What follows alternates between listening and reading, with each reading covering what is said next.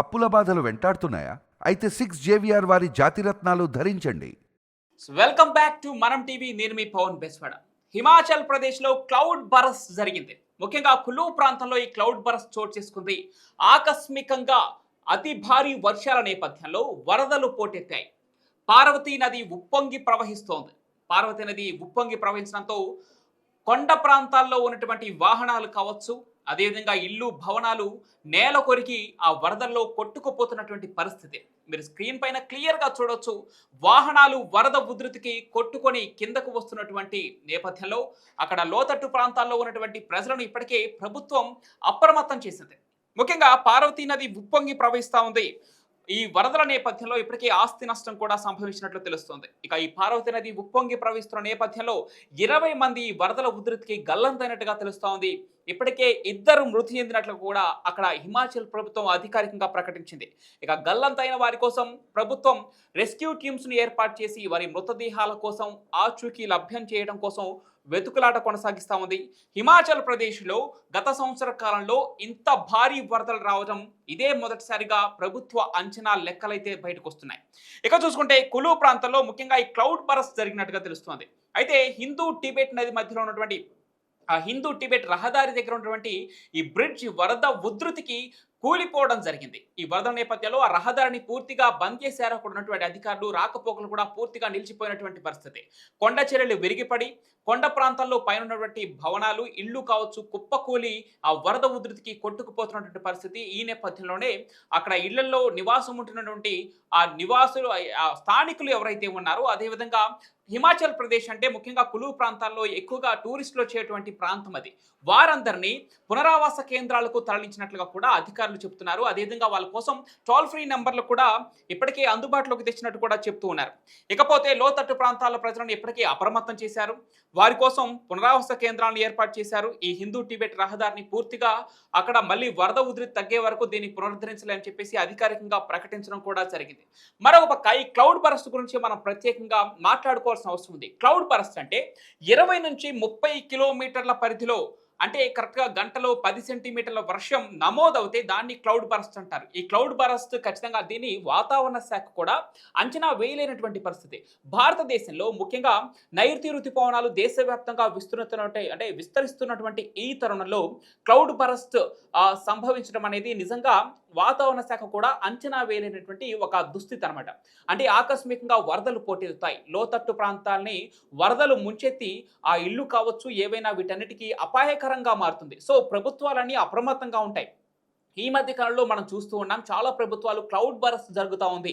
దీని వెనక కొంత కుట్ర ఉంది అని కూడా కొన్ని ప్రభుత్వాలు అనుమాన పడతా ఉంటాయి. మనం కూడా చూసాం, గత ప్రభుత్వం బీఆర్ఎస్ ప్రభుత్వంలో మనం కూడా చాలాసార్లు ఈ క్లౌడ్ బరస్ట్ అనే మాటను విన్నాం. సాక్షాత్తు కేసీఆర్ కూడా దీనిపైన క్లౌడ్ బరస్ట్ జరిగి ఉండొచ్చు, అంటే దీని వెనక కుట్రపూరితంగా వ్యవహరించి ఉండొచ్చు అనే వాదన కూడా తెరపైకి తెచ్చారు. సరే, ఏదేమైనా ఇప్పుడు హిమాచల్ ప్రదేశ్లో క్లౌడ్ బరస్ట్ జరిగిందంటాం కొంత ఆందోళనకర పరిస్థితి. మీరు స్క్రీన్ పైన క్లియర్గా చూడవచ్చు. వరద ఉధృతికి వాహనాలు ఎలా కొట్టుకుపోతున్నాయో చూడొచ్చు. కొండ చర్యలు విరిగిపడి అక్కడ ఉన్న భవనాలు ఎలా వరద ఉధృతికి కొట్టుకుపోతున్నాయో మీరు చూడవచ్చు. ఇప్పటికే 20 మంది గల్లంతయ్యారని తెలుస్తుంది. వారి ఆచూకీ కోసం రెస్క్యూ టీమ్స్, ఎన్డీఆర్ఎఫ్ బృందాలు, అదేవిధంగా ఎస్డీఆర్ఎఫ్ బృందాలు కూడా రంగంలోకి దిగి వారి కోసం ఆచూకీ కోసం గాలింపు చర్యలు అయితే చేపట్టారు. ఈ వరద ఉధృతికి కొండ అంచు భాగాన ఉన్నటువంటి భవనాలు ఎలా నేల కొరిగి ఆ వరదల్లో ఉధృతికి కొట్టుకుపోతున్నాయో మీరు క్లియర్గా చూడవచ్చు. ఇకపోతే ఇప్పటికే హిమాచల్ ప్రదేశ్లో ముఖ్యంగా ఈ కులు ప్రాంతంలో టూరిస్టులు కూడా ఉన్నట్లు తెలుస్తోంది. వీరందరి కోసం టోల్ ఫ్రీ నెంబర్లు కూడా ఏర్పాటు చేయడం జరిగింది. ముఖ్యంగా వాహనాలు ఏ విధంగా కొట్టుకుపోతున్నాయో, కార్లు అతిపెద్ద వెహికల్స్ కూడా ఈ వరద ఉధృతికి కొట్టుకొని కిందకు వచ్చినటువంటి పరిస్థితి. కొండ చర్యలకు విరిగిపడి ఇప్పటికే అనేక మందికి గాయాలయ్యాయి. ఎమర్జెన్సీ సర్వీసెస్ని అందుబాటులో ఉంచారు. రెస్క్యూ టీమ్స్ రంగంలోకి దించారు.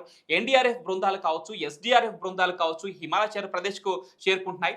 ఇకపోతే అవసరమైతే హెలికాప్టర్ సేవలు కూడా వినియోగించుకోవాలంటూ అక్కడి ప్రభుత్వం అయితే ఇప్పటికే అధికారులకు సూచనలు జారీ చేసింది.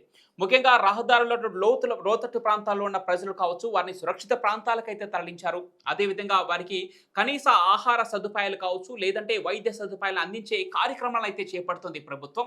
ఇక ముఖ్యంగా హిందూ టిబెట్ రహదారిని ఇప్పటికే మూసివేసింది. రాకపోకలు పూర్తిగా బంద్ అయ్యాయి. అక్కడ విద్యుత్ అంతరాయం కూడా కలిగినట్లు తెలుస్తా ఉంది. విద్యుత్ అంతరాయంతో పాటు ఏదైతే టూరిస్టులకు కల్పించిన ఆవాసాలు ఉన్నాయో అవన్నీ కూడా వరద ఉధృతికి కొట్టుకుపోవడంతో ఇప్పటికీ ఆస్తి నష్టం కూడా భారీగా జరిగినట్లు తెలుస్తా ఉంది.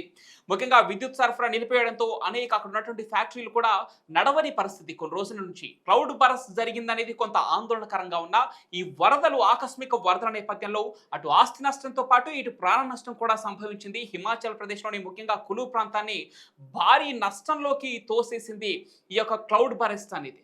కులు ప్రాంతంలో పై ఎత్తున ఇంకా వరద పెరిగే అవకాశం ఉన్నట్టు కూడా అధికారులు చెప్పుకొస్తున్నారు.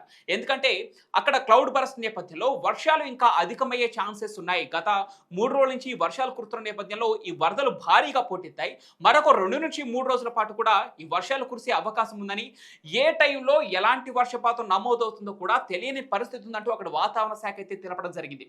ఇప్పటికే దురదృష్టవశాత్తు ఈ వరదల నేపథ్యంలో 2 మరణించినట్లు కూడా అక్కడి అధికారులు అయితే లెక్కల ద్వారా స్పష్టం చేస్తారు. ఆ గణాంకాలు అధికారిక గణాంకాలు అయితే చెప్తున్నాయి 2 మరణించినట్లు.